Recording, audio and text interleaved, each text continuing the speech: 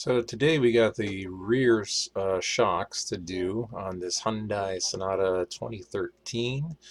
We're gonna do the shocks and the mounts for it. So not too bad. We just got pretty much three bolts to get it out. Two 14s at the top, big 19 bolt at the bottom, and then we got a 17 bolt in the middle of the shock to separate it from the mount. So let's see how we do.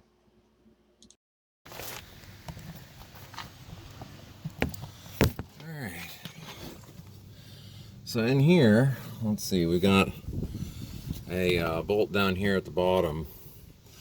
Um, let's see, I got my finger on it. Let me see if I can. There, that one right there. That's gonna come out. There's a nut on the other side, and then at the top, look at the top. We've just got those two, and then the whole thing will come out. So that's not too bad. So let's see how this is gonna work, and which ones we need. Alright, it's a 19 on that side, 19 on this side. Alright,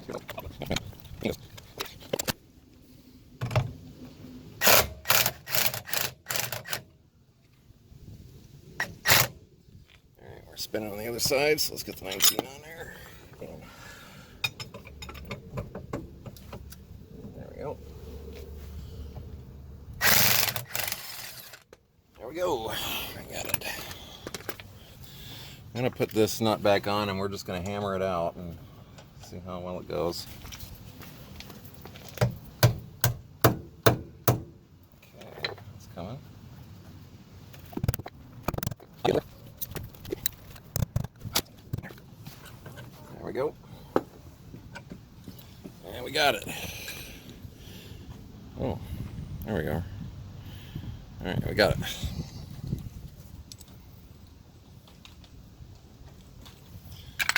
Alright, so that bottom's loose. Now we just got to get these ones up top. See what size they are. Alright, got a wobble socket here.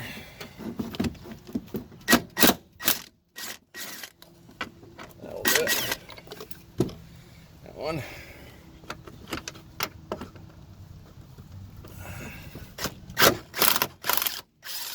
Number two. Ooh, a little crusty. And there we go. And we got it. Alright. There it is. So now, alright. So now what we gotta do is we gotta take this nut off. We might have to clamp the shaft down here. We'll see. We'll see how good this comes out. Let's see what size this is. Alright, this is 17. Alright, I'm gonna have to I'm gonna give it a spritz, and then I think we're gonna clamp it with a vice grip, and then we're gonna use a wrench to try to knock that free somehow. And let's hope that works.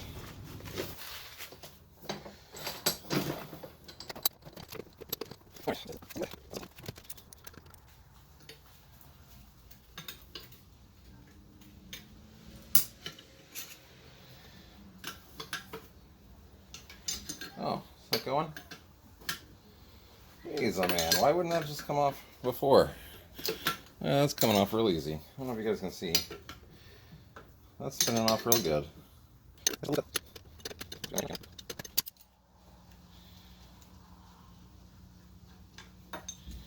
Alright. There's that.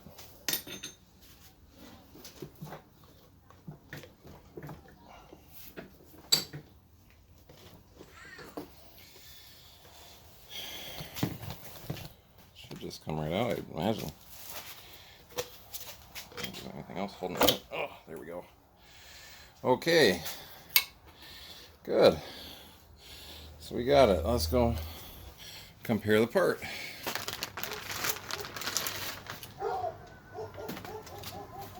Alright.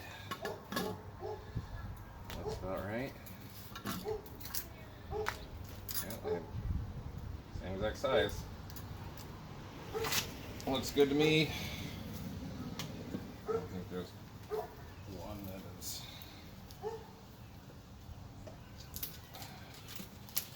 different. So what they say is you want to load these things up and pump them a few times. So this should come all the way out like that.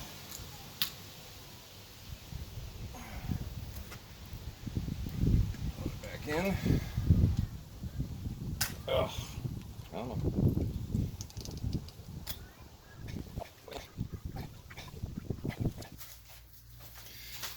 Okay, so let's check out the old mount versus the new mount. So everything looks about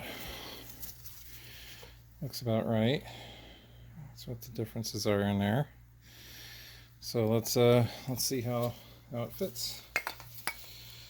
This one definitely sits a little bit higher. It sits a little higher on there. That's all that we.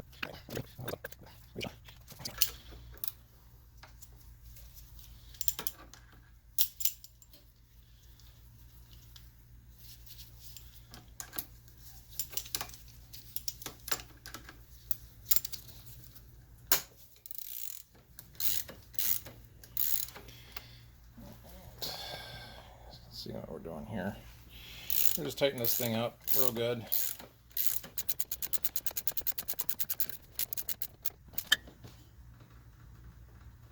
Okay, that's pretty good.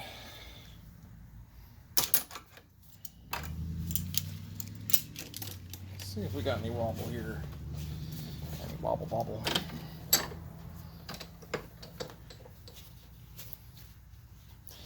All right, that seems nice and tight.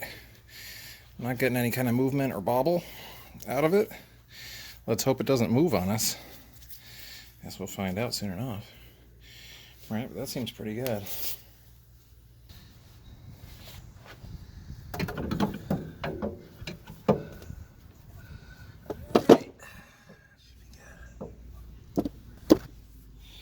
Now, if I was smart, get this thing going while it's compressed still.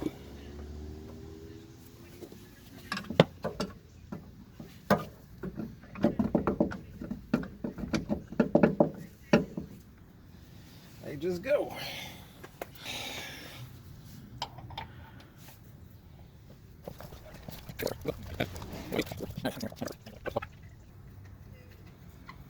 All right, let's zip them up and then we can torque them afterwards.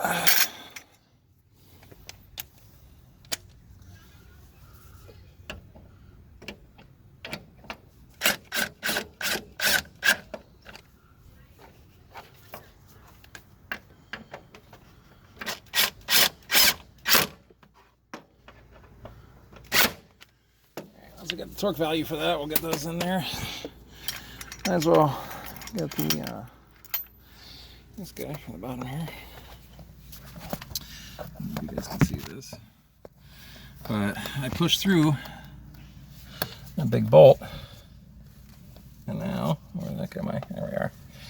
All right, just gonna get that on there. I'll zippy zap that on. Yeah.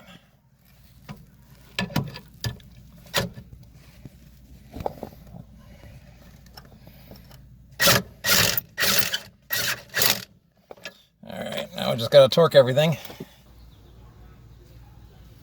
Alright, torque specs on these upper ones are 47 foot-pounds. It's kind of hard to get anything in there without an extension if you're trying to torque this thing, so.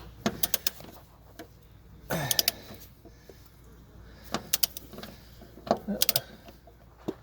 we go. And to the other side. It's kind of weird, I got to do this left-handed.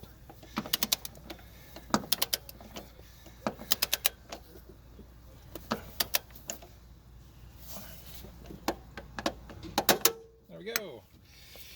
And the bottom one is 58 foot-pounds, which seems like not much to me, but hey, whatever.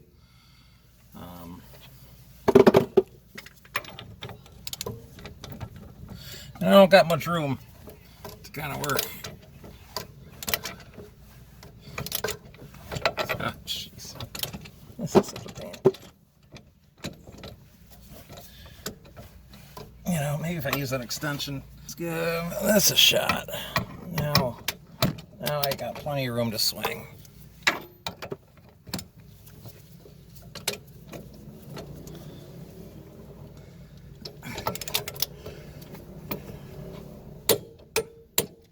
That's all they say to do. 58 foot-pounds. That's it. Okay. That's done. You know, a little rusty here. I'm just gonna brush this off a little bit. I'm not gonna go too crazy and put a little anti-seize on.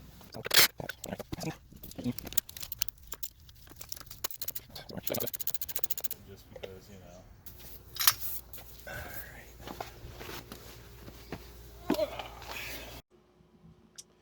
So when we got done here, we took it for a little ride. The problem we had before was some little popping noises going over bumps and whatnot, and we drove over some train tracks and some bumps in the road, and everything seemed great afterwards. So it looks like that definitely did the trick.